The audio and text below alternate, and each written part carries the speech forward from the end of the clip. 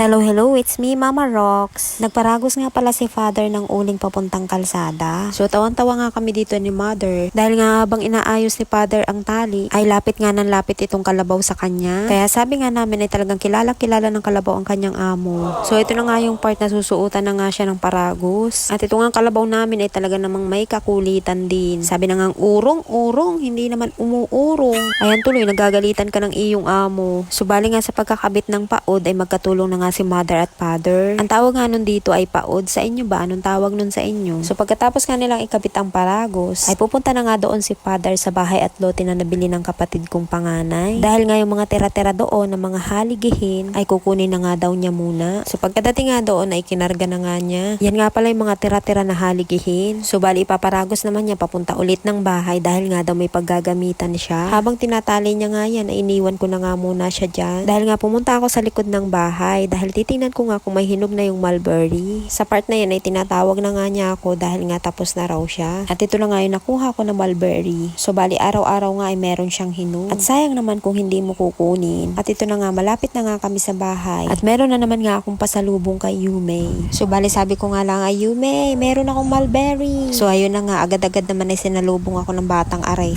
At karakaraka nga ay sumahod na ang kamay. At nagkakandalaglag pa nga sa kaliitan ng kamay. Ay sabi na nga laang niya sa akin ay akin na lang raw. At ayun, lumayas na nga ulit. Aba, ay magaling. So, bali binababa na nga pala ni Father yung kinuha niya na haligihin. Dahil pagkatapos noon ay ikakabit naman niya itong paragos para naman sa paghihila ng uling. At bali nga natagalan pa sila sa pagkakabit niyan. So, bali pagkatapos nga makabit ng paragos, ay kinakarga na nga nila itong uling. Hinayaan ko na nga lang sila diyang mag-asawa. Dahil nga kayang-kaya na nila yan. Dahil nga magaan lang naman ang uling. So, dahil magaan nga lamang siya, kaya naman yung 4 na sako na iyan, ay nagkapera nga lamang sila dyan ng halagang 2,000. O diba, ilang araw nga din yung inuling ni Mother pero nagkakahalaga nga lamang siya ng 2,000. Pero syempre dito sa probinsya ay ang 2,000 nga ay mahalaga na. Dahil nga ang 2,000 dito ay budget mo na nga ng 1 linggo. Di nga kagaya sa syudad na siguro 3 araw lamang ay ubos na ang 2,000. Mas mahirap ang trabaho dito, oo. Pero ang kagandahan nga dito ay kahit wala kang ang pera ay tsak na makakakain ka. Basta nga lang syempre ay masipag kang magtanim. Syempre sa buhay naman ay walang madali. Basta ba laban lang tayo sa hamon ng buhay.